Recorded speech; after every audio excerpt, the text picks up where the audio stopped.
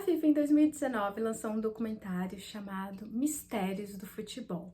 Sim, a FIFA fez um documentário de casos sobrenaturais relacionados ao futebol. Então achei nada mais coerente do que aproveitar esse mês do Halloween para trazer um react desse documentário. Conto tudo para vocês aqui no vídeo de hoje.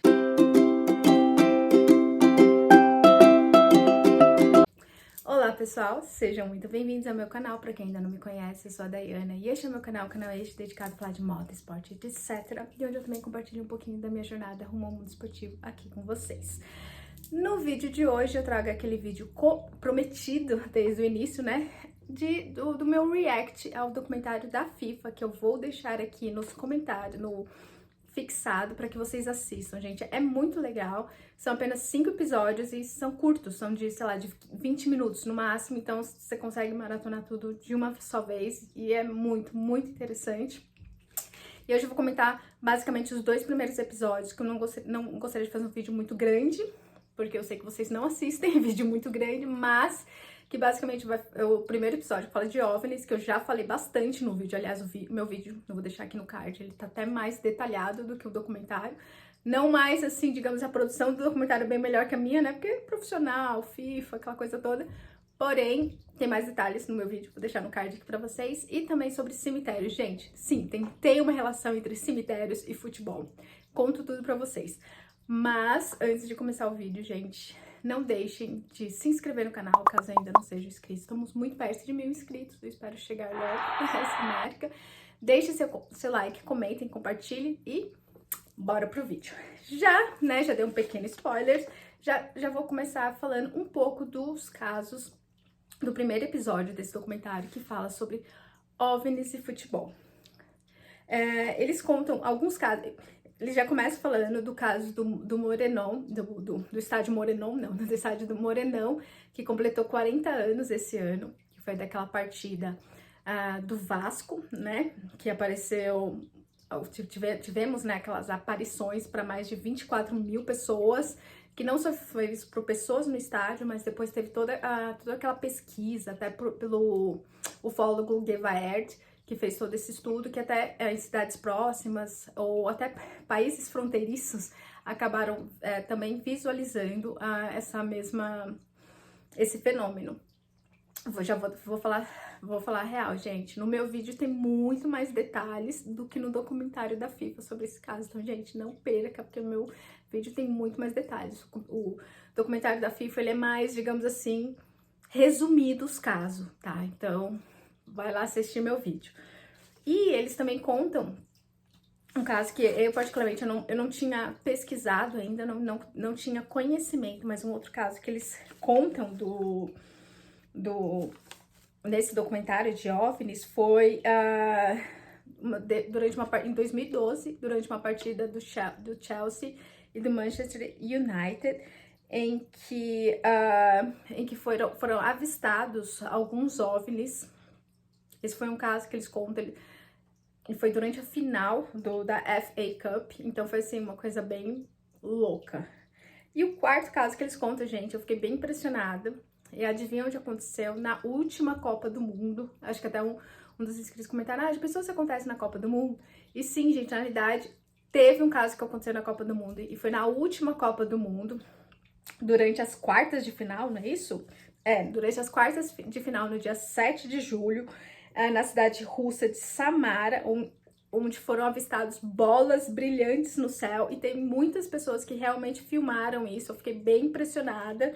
E voltando, né, pelo vídeo que a gente fez anteriormente, uma explicação provável, né, de quando esses OVNIs aparecem, porque, sei lá, essas inteligências, vamos chamar assim, elas acabam aparecendo quando tem muita gente, muita aglomeração de pessoas. De repente eles, sei lá, querem entender o que tá acontecendo, se pode oferecer algum perigo, algo do tipo. Então, mais ou menos isso que os ufólogos, né, as pessoas que estudam o tema, que têm propriedade para falar disso, eles acreditam que pode ser uma das razões. Aí, agora, já passando pro segundo episódio, gente, a produção é muito boa desse documentário. Eu realmente recomendo que vocês assistam. Vai falar sobre cemitérios. episódio, ele já começa com uma reflexão dessa relação dos amantes de esportes quererem carregar o seu time de coração até, digamos assim, até a tumba, falando em um português claro. E talvez o porquê que algumas situações, algumas manifestações acabam acontecendo em alguns estádios. Vou contar também aqui para você. O primeiro caso que eu vou trazer foi de um estádio. Esse caso ele é muito interessante. É um estádio que fica no México, numa cidade chamada Querétaro, que tem a fama de que todos os clubes que jogam lá, né, viram clubes da casa.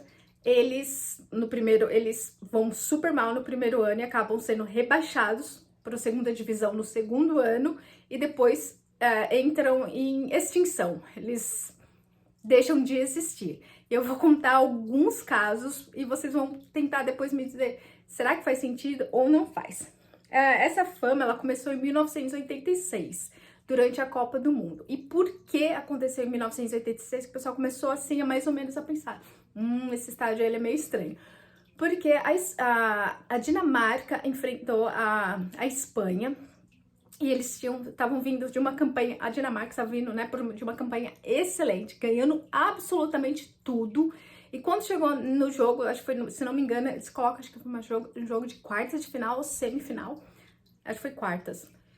E eles perdem por 5-1 contra a Espanha. E ninguém estava esperando, a Dinamarca era favoritíssima, mas eles perderam. Então aí foi quando começou assim o pessoal a falar, tem alguma coisa estranha. Aí corta pro ano seguinte, em 1987. Aí o que acontece em 1987? Um clube chamado Querétaro Cobras vai começar a jogar lá como donos da casa. No ano seguinte, adivinha o que aconteceu? Sim, eles foram rebaixados para a segunda divisão do futebol, tá? E depois eles foram extintos, ou seja, o clube não existe mais. Aí depois, gente, tem muitos clubes. Essa história ela vai até anos hoje em dia, que eu vou contar que esse ano aconteceu algo nesse estádio também, que eu já conto pra vocês, que não está no documentário. Como eu disse, esse documentário ele foi feito em 2019. Então, assim, aí depois outra equipe que entrou lá chama Gallo Branco, que ia jogar lá uma final de campeonato em 1900, se não me engano, isso foi em 1988. E eles estavam indo pro estádio e sofreram um acidente. O ônibus, né, que levava a equipe sofreu um acidente e 3 jogadores acabaram falecendo nesse episódio. E também, assim, trazendo, né, como, assim, um pouquinho mais recente, em 2002, uma equipe conhecida como Tampico Madeira, que até estava indo mais ou menos bem, eles eram donos do estádio naquela ocasião. Aí o que acontece? Eles não foram rebaixados porque foram mal, né? Porém, não estavam tão bem e por causa que a Federação Mexicana de Futebol decidiu fazer alguns ajustes e por causa desses novos ajustes, eles não se qualificariam para estar na primeira divisão. Aí adivinha? Foram rebaixados também e o que aconteceu depois de algum tempo? O clube encerrou as atividades. Então, assim, é muito interessante porque, assim, aconteceu basicamente ano após ano nesse estádio, de clubes começarem a jogar nesse estádio, né, como donos da casa, irem para a segunda divisão e depois serem extintos. E assim, e ficou durante muitos anos.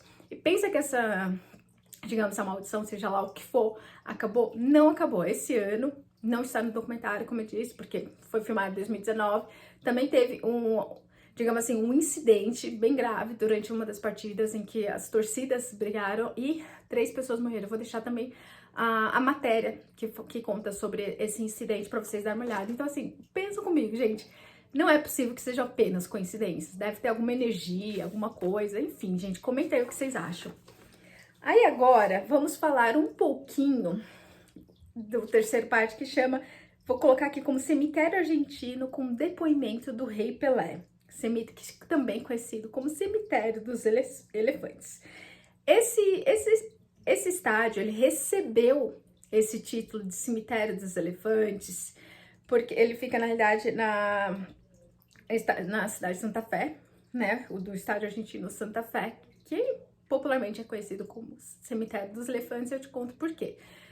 Todos os clubes que jogavam lá, eles vinham, todos os campeões mundiais, né, que jogavam nesse estádio, eles acabavam perdendo de maneira, digamos assim, misteriosa. E o legal desse episódio é que tem até um depoimento do próprio Rei Pelé, falando da ocasião que eles jogaram lá, que foi no ano foi em 1967, isso.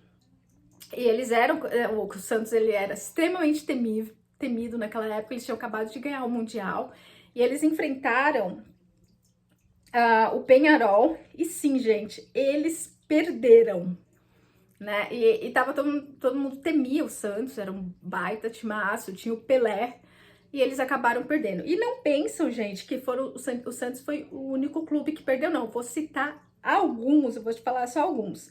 Teve o Peñarol em 67, o Racing em 1968, o Estudiantes em 1970 e também o Boca Juniors, assim, só para citar alguns.